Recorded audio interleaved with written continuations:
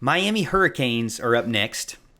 I didn't see any chatter from any Miami Hurricane Wow. friends or viewers or listeners right now, but they finished the Man, we eight. need one. I've got a guy Man, we need one. I've got a guy at work that's supposed to be Miami fan. listening. He's a Well, big go Miami check fan. over on Facebook and see if he's there. But Miami went 4-4 last year in the ACC, 6-7 overall. Definitely, I mean, they finished third, but definitely really a disappointing season for them, considering that there was a lot of hype around them to start the season. I say they finished third, but North Carolina and Pittsburgh ranked above them. I don't know why. This is another one of those ESPN things. It doesn't make any sense. So they put Miami ahead of them because all three of the teams finished 4-4 on this final standings. But that's not correct, because if you look at the overall record, Pittsburgh was 8-5, North Carolina 7-6, and then Miami 6-7. So technically, I would say Miami is not next, but that's just the way that ESPN has them listed. Again, going back to Miami's last season, Dan Enos out.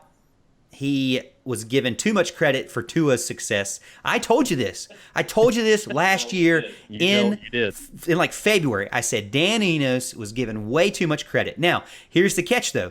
They've added Rhett Lashley from SMU, and they've also added big-time transfer De'Aaron King from Houston, who we talked about last year as well. It was kind of weird that he elected as a starter to redshirt.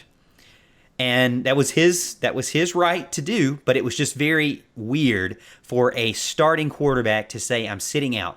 And at first he was saying, well, I'm going to come back. I just want to sit out and learn the Dana Holgorsen playbook. Well, we knew that was kind of bogus, because the minute the season was over, he was out of there and he went to Miami. And that's a huge pickup. He could very well be one of the best quarterbacks in the ACC, because we already know what he can do and what he did do at Houston. I'm going to talk a little bit about Miami. Again, they play Temple, Wagner, UAB, and Michigan State away. They play the Spartans away this year. Okay, so it's another one of those kind of marquee games that the ACC is putting themselves in a little bit. And I have Michigan State listed as the fourth out of conference game, so I'm assuming it's later in the season, which would be a bit odd. But their ACC home games are Pitt, UNC, FSU, and Duke, and their ACC road games are Wake, Virginia, Virginia Tech, and Georgia Tech. And as you were kind of talking about, they lost their quarterback, Jaron Williams. When they got De'Aaron King from Houston, they recruited him, and Jaron Williams said, "See you later." And you don't have any faith in me. You're going to recruit this other guy. I'm out of here. So he kind of took off, and he did a pretty good job for what he was kind of thrust into last year with a offensive line that was as bad as Miami's. I thought he did a pretty decent job, but hey, De'Aaron King's kind of another animal. He's definitely a more proven quarterback, so I don't blame him for going that route. They were just really inconsistent last year. Miami, I mean, they beat Virginia, they beat Florida State, they beat Pitt, and then they lost to, Florida International, they lost to Duke, and they got shut out 14-0, I think, against Louisiana Tech in the bowl game. So it's going to be interesting to see what they can do this year. I have some faith that they can have a pretty decent year. They have some talent there, especially with De'Aaron King. We're worried about offensive line. That's kind of one of the things we like to talk about. But with a guy like that who can run like he does and extend plays like he does, maybe the offensive line isn't quite as big a factor as it has been with a guy like that at the helm at QB. So maybe it's not going to be that big a deal. They returned Cameron Harris at running back, and he had over 500 yards, 8 touchdowns. He's a capable guy who's going to see a big jump in playing time after they lost DJ Dallas to the NFL draft. So that's going to be kind of a big deal. He's going to see a big jump in his playing time. As far as receivers go, they lose their leading wide receiver, KJ Osborne. Now, he had 50 catches for over 500 yards, 5 touchdowns last year. They're going to kind of rely on senior, Jeff Thomas, senior Mike Harley, junior tight end Brevin Jordan, who was an All-ACC member last year. So they have some talent there. They're just going to have to step up, plain and simple. As far as defense goes, you have any notes on their defense? I have several or a few myself, but I was curious to kind of get your thoughts before I dove into it. Well, Gregory Rousseau, for sure, second nationally with sacks at 14 and a half sacks, I think, overall, which is just nasty amount of sacks that he had. I believe if you look second nationally, That's got to be second to the Chase Young that you're going to hear later on in the season or later on this week because the NFL draft is coming up. Very excited for the NFL draft this Thursday. I look forward to seeing where the Clemson Tiger players will go. There's a rumored that they're going to at least get 2 in the first round. I'm hoping for 3, but it seems that they're now switching team names from having AJ Terrell now in the first round and T. Higgins dropping to the second round, which before we were thinking T. Higgins would go in the first round. But that's for Clemson. Back to Miami. Brevin Jordan for sure, a tight end. I think first team all ACC. I got him as one of the best tight ends in the ACC. Again, Rousseau on defense, best defensive end in the ACC. More than likely him and Carlos Basham from Wake Forest that we talked about 2 weeks ago. But my only notes really, Al, is that this team is desperate to be elite, but still struggling to get an offensive line that's going to hold up against some of the toughest competition.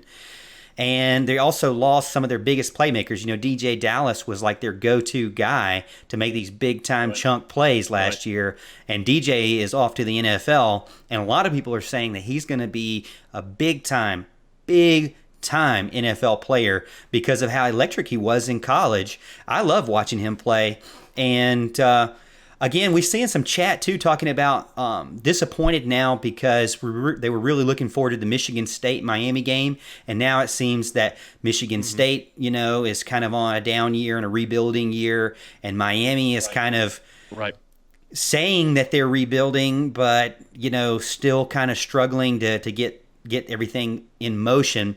I believe that you can trust that Miami will have a good defense, but can you trust that they can win some of these close games and stop doing these Miamiing and losing to Florida International, right? Like you mentioned. So I don't trust Miami enough to give them any credit in my top team rankings right now. I think they're a middle of the pack team, but I think De'Aaron King could definitely take games over, but he's going to have to because he's going to be kind of like the big time player on offense.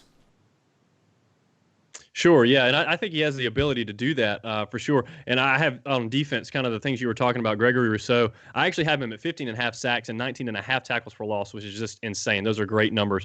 And they also got a grad transfer in Quincy Roach from Temple, who had 19 tackles for loss and 13 sacks. So those defensive ends could possibly be, one of the best tandems in the country, and definitely one of the best in the ACC, if not the best in the ACC.